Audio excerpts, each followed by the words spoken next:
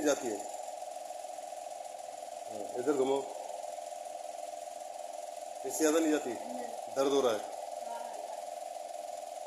ऊपर उधर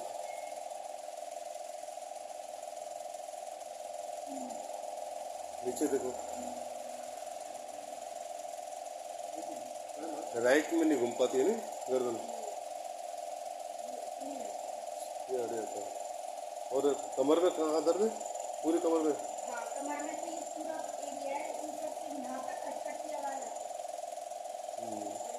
और यहाँ इतनी सी नसें वो दबती है ना, मुझे पूरे पैर में दर्द होता है सोने में। पहले एक साइड था, दो साइड। अब कितने साल हो गए? 20 साल? हाँ। घुमाओ अपनी गर्दन, पूरी घुमाओ, इधर घुमाओ और पूरी घुमाओ, शाबाश। अब दर्द नहीं है ना? अब ऊपर घुमाओ, पूरी घूम गई ऊपर, नीचे टच करो। अब आपकी गर्दन पीछे, कोई पीठ में कहीं दर्द, कोई अब जो कमर का दर्द था वो गया हो गया है? ये जो दर्द आ रहा था साइड का वो ठीक है सब? चलो।